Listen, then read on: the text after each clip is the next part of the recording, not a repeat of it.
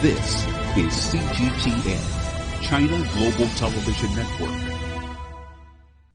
He is a man with many missions. He wants to transform his country with oil and gas revenue, but still stay on the low-carbon path. He's raising his voice to make his region a zone of peace, and is not afraid to articulate his country's independent foreign policy. Welcome to Leaders Talk with this exclusive with Dr. Muhammad Irfaan Ali, President of Guyana.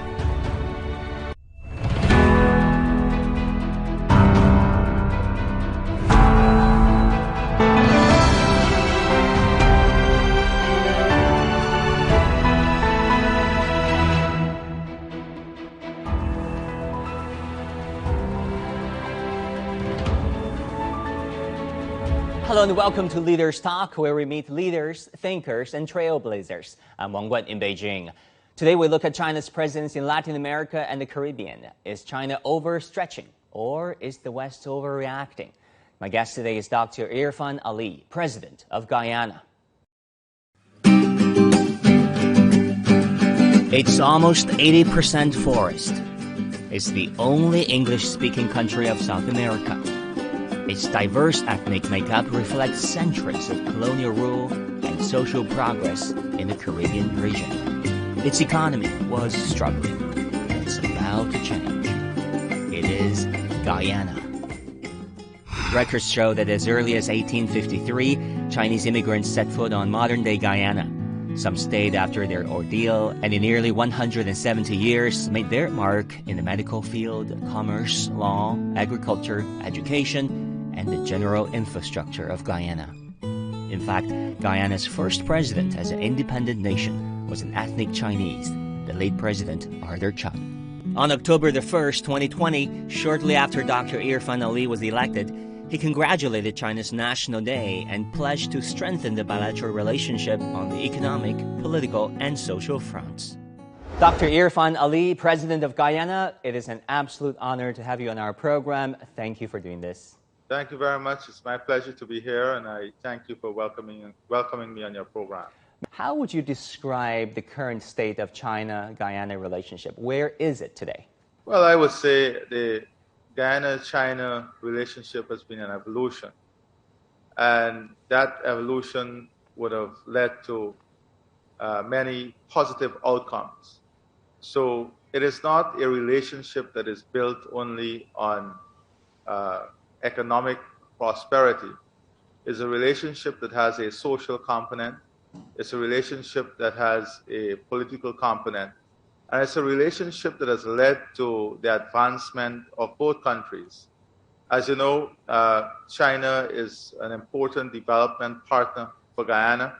China is an important bilateral partner. But also, Guyana is a country that hosts a lot of Chinese businesses. And not only businesses at a large infrastructure scale, but businesses that participate in trade at a medium size. So the Chinese business community is integrally integrated into the economic and social framework of Guyana. President Ali, recently you remarked that China-Guyana relations are imperishable.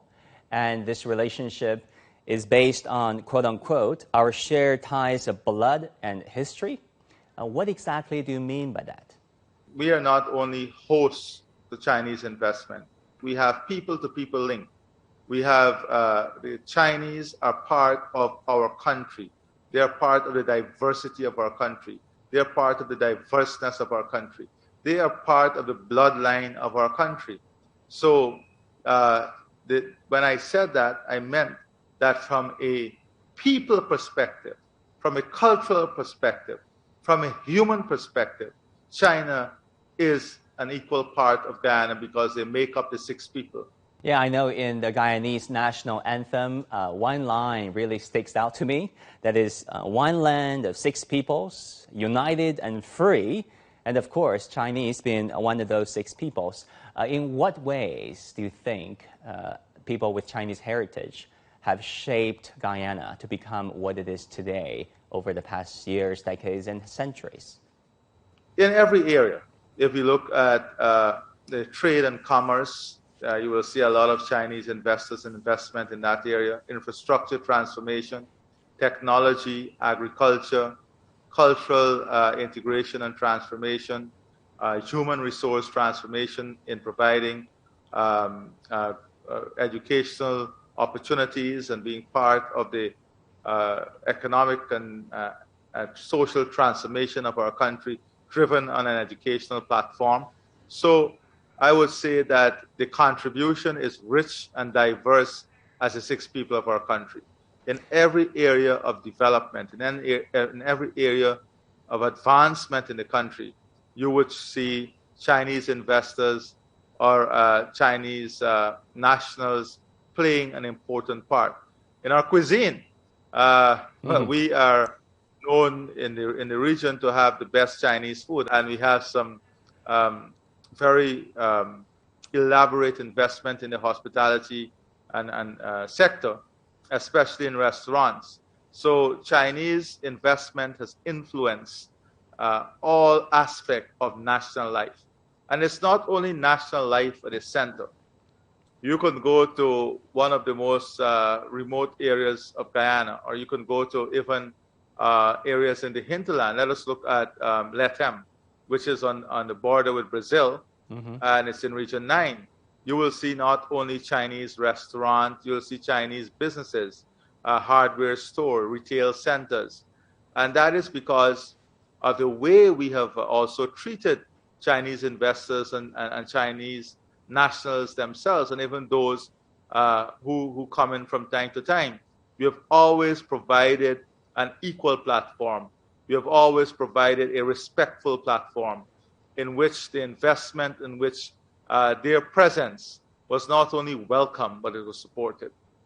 Yeah, Mr. President, I want to talk about a very important event in history.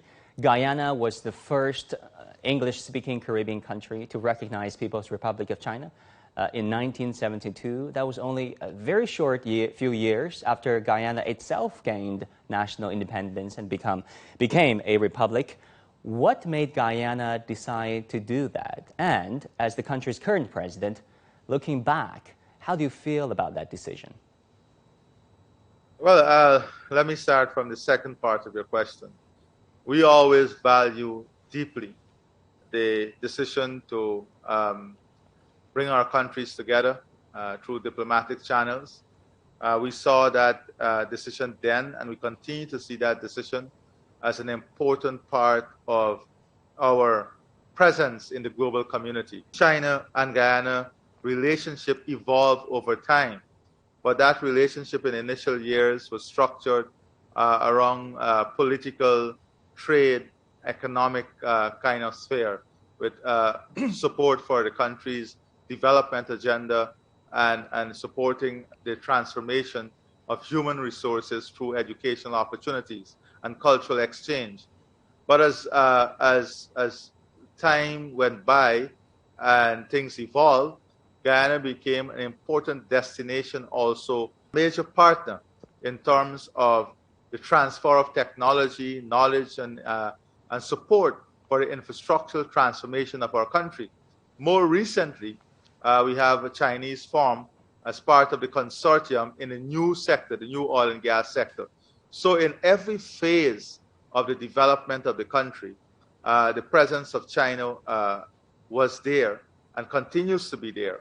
The initial relationship evolved and blossomed into a relationship that has been diverse, multifaceted, and has opened up new channels of cooperation and collaboration and new opportunities for the advancement of the people of both countries. Mr. President, I want to come back to the question of One China principle. We know Guyana was, of course, the first English-speaking Caribbean country to recognize PRC. Some countries, for example, decided to have one of their most senior officials to visit Taiwan against the indignation of Beijing. That has, of course, caused huge controversy and escalated tensions in the region. How important is it, in your opinion, to abide by and stick with the One China principle? Well, we have made it very clear that we continue to respect the One China principle and the One China policy. That is part of our policy agenda. This is our position internationally, and we believe that the One China policy is important for not only for China, but for the stability of the region. But more importantly, we believe that the region itself, as we work in a global community, the region must find ways in which there can be deeper partnership and deeper collaboration, so that the zone can remain a zone of peace. In the Caribbean, that is where we are emphasizing and putting a lot of our time and effort, ensuring that our international framework and our bilateral and multilateral partners understand that we want the Caribbean region to remain a zone of peace. Similarly, I think that what we are seeing in Europe now with the invasion in Ukraine cannot be replicated. The world cannot afford for this to be replicated anywhere. So we have to work on a framework of respect, one in which we ensure that all the partners in specific regions adhere to fundamental human rights principles, and that we support peaceful coexistence, and we don't ignite or provoke any situation that can lead to tension or lead to disunity or lead to situation that can be detrimental to global peace. And the truth is, when the supply chain is disrupted, when we have wars and you have that impact the supply of food, the developing world and the poorer countries face the greatest consequence. And we know how difficult those consequences can be. The developing world has to battle with rising prices for food, fuel, and the inflationary pressure it is putting on the people.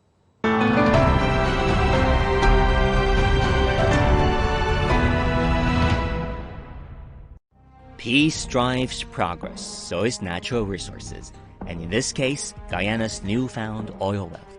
The World Bank expects the nation's economy to surge by nearly 50% in 2022, and such growth will potentially transform people's lives. On the other hand, being vulnerable to climate change, Guyana also strives to reduce its carbon footprint. How will the country bring prosperity to its population without sacrificing the environment? Can China be an even stronger partner? Mr. President, I want to talk about the new oil resources of your country, which has absolutely become the talk of town in many regions of the world. Some estimates put the production output to 11 billion barrels in the past 7 years. First of all, is that a fair estimate? Well, I won't give you the direct number here. I don't have the direct figure as to what is the total production to date. But what I can tell you is that we are going to have a situation by 2027, going on to 2028, where we will be closing in on maybe 1 million barrels per day. Per day. That would make you the second largest oil producer per capita, maybe, after Kuwait. Yes. What that gives us now is the opportunity to build out the other sectors, make the other sectors more competitive, to build a system in the country in which our people can have the best possible education, the best possible healthcare system. Our agriculture can be diversified and competitive. We can build out our manufacturing and industrial sector. We can bring down the cost of energy. We can invest in technological transformation, the transformation of the infrastructure landscape of our country, the building out of a housing program to support the housing need of every single family, whilst at the same time, we are building a strong institutional framework to protect the revenues from this sector and also to ensure the greatest transparency and accountability. And all of this is done through a mechanism that will have an arm's length relationship from the government and political influence. So you're basically saying that you want to prevent the resource boom to become the resource curse, which was the case for many countries in the past. Some people say it's a resource curse. It can be a resource curse. But if you have resource, it can be a curse. And if you don't have resources, it's also a curse. So the problem is never a resource problem. The problem has always been the management of the resources. And that is what is critical. Ensuring that in the management of this resource, there is transparency and accountability to ensure that the system enables the country to develop and widen its economic base. The economic pillars on which the country is standing on must be diversified, and the revenue, you must not go on a wild spending spree. That you have to exercise good judgment. You have to exercise good fiscal responsibility. Your monetary system has to be strong. These are the things that forms part of the management of resources. It has never been resources that is the curse. It's not a resource curse, it's a blessing. Mr. President, we all know that China is also the world's largest importer of oil, a major exploration country. What kind of energy cooperation do you foresee with China going forward? First of all, we don't believe that there is an immediate end to fossil fuel, but we believe that we must pursue a path of renewable energy. Our forest stores 19.5 gigatons of carbon. It's the size of England. We are pursuing a low-carbon development strategy framework in which renewable energy and climate change is an integral part of what we're doing. So we are also working on a national gas master plan, because gas can be an important transitional supplier for energy. And also we have green hydrogen. So we see China as an important part in the energy equation of our country. We continue to encourage China, as we encourage every single one, to participate fully in the public process, in the bidding process of this energy platform that we're developing at a global scale. Your country has launched this low carbon development strategy 2030, launched by your government. And we also know that China is working very aggressively on its carbon neutrality and carbon peaking goals. How do you see areas of cooperation when it comes to transitioning into a green economy or green economies? Well, I think cooperation is very critical. As I said, China has technology. They have the resources from a capital perspective, from a human resource perspective, to fast track and accelerate investment in greener energy provider. For example, hydropower, solar, wind. What is a great problem of the developing world is the capital costs for some of these alternative energy solution. And what China has to do is to work at a global scale on supporting these alternative energy initiatives. We're also discussing with Suriname the development of an energy corridor that will be linked to northern Brazil. And that itself brings a project at a different scale and magnitude that is integrated into the region itself. In 2018, Guyana added another first to the history of bilateral ties when it became the first nation in South America to join the Belt and Road Initiative.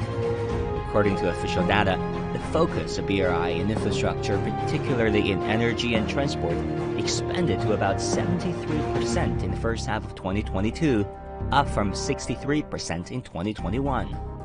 In some Western critics' eyes, however, such framework is a tool China uses to expand political influence to African and Latin American and Caribbean countries. But many partner countries would tell you that China's approach is very different from their memory of Western colonization. We know that over the years, many reporters in Western news media described China's economic activities and economic investment, for example, in Latin America and the Caribbean, your country included, as predatory and neo-colonialism. Do you agree? Is that how you feel too, Mr. President? Well, if that was how I felt, I would not have been alluding throughout this interview to our welcoming nature for Chinese investment and investors. And I would not have made the statements that I just made, that we see Chinese investment and investors as an important and integral part of the development and advancement of our country. What we want is exactly what I'm sure China wants. It's for those investments to bring the greatest benefit to the people of our country and also to support the development and advancement of China. So we see the development of our relationship as one that would only get stronger. We see the investment from China as an important part of the investment portfolio and development portfolio of our country moving forward. That is how I see it. Right. In 2021, bilateral trade grew a very impressive 123%, according to the Chinese ambassador to your country, to over $700 million. Going forward, in what areas or sectors do you see opportunities for new partnerships with China? Well, there is a lot of opportunities in Guyana, and China is participating from the services and construction sector, and not only public sector construction. You see more Chinese firms now participating in construction from the private sector. So the services industry, the construction sector, agriculture is an important area. We're seeing more Chinese interests also in agriculture and hospitality, bigger interests, more large-scale type of interest, technology transfer, the knowledge economy. Those are areas in research and development, building out of the healthcare system to meet regional requirement. Outside of all of this, of course, we have the oil and gas sector. We'll be auctioning off a number of new blocks closer to the end of this year, and we are hoping that many firms from across the world would participate in that process. We have a gas-to-shore project now, and many Chinese firms are engaged in that process, in that bidding process for the gas-to-shore. So the Chinese investors and investment is already in many of these areas. But these are some of the areas that you will see more attractive in the future, because we are going to be an integral part of the food security system of the region also. Right. Over the years, China has been trying to provide the world also with a thought leadership, if you will. We know this BRI, Belt and Road Initiative, which is also an action plan, a community of shared future, and also President Xi Jinping's most recent Global Development Initiative. How do you look at the merits of those Chinese solutions in solving the problems of our world today? Because earlier on, you said we need to take a different approach and a different format to solve many crises of the world. So let's examine some of the global crisis that is of interest to everyone today. We have a climate crisis. We have an energy crisis. We have a food crisis. And we have, if you want to put it this way, we have a crisis that has always been with us, the inequality crisis. Those are the type of crises that the world is faced with. The developing world has a rising debt to GDP ratio. We have rising inflation as a result of conditions not created by us. Climate change. If you look at the Caribbean, we have contributed the least to the issue of to the detrimental effects of climate change, but we face the worst effects. You look at food security, it is the same thing for the developing world. We contribute the least to the problem, but we are faced with the greatest impact as a result of the problem. Energy, developing world, many countries still are not energy secure. Many countries, a high population, a high percentage of the population still don't have access to electricity. You don't have access to power. You don't have access to technology. You don't have access to technology. You don't have access to the transformation. You don't have access to transformation. You don't have access to participate equally in the future and where the world is heading in the future. It's as simple as that. So I think that if you look at these 4 areas, China can provide its thought leadership and define its path, its global support in these 4 areas. And once we're able to have a clear direction and a clear vision as to the thought process and the support that China will give in these 4 areas and how they can build a new system. I don't want to say a new world order because that is just a slogan. How we can build a new system that support the world, especially the developing world, in addressing these areas. Going forward, how do you want to sustain and grow this relationship between China and Guyana? We are both committed to growing this relationship.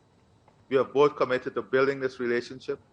And once we continue to involve people, once we continue to put people at the center of expanding and building this relationship, once we continue to invest in future generations, that is why I keep coming back to the theme of technology transfer, knowledge transfer, opening up these areas, cultural exchanges, then the relationship would only get stronger.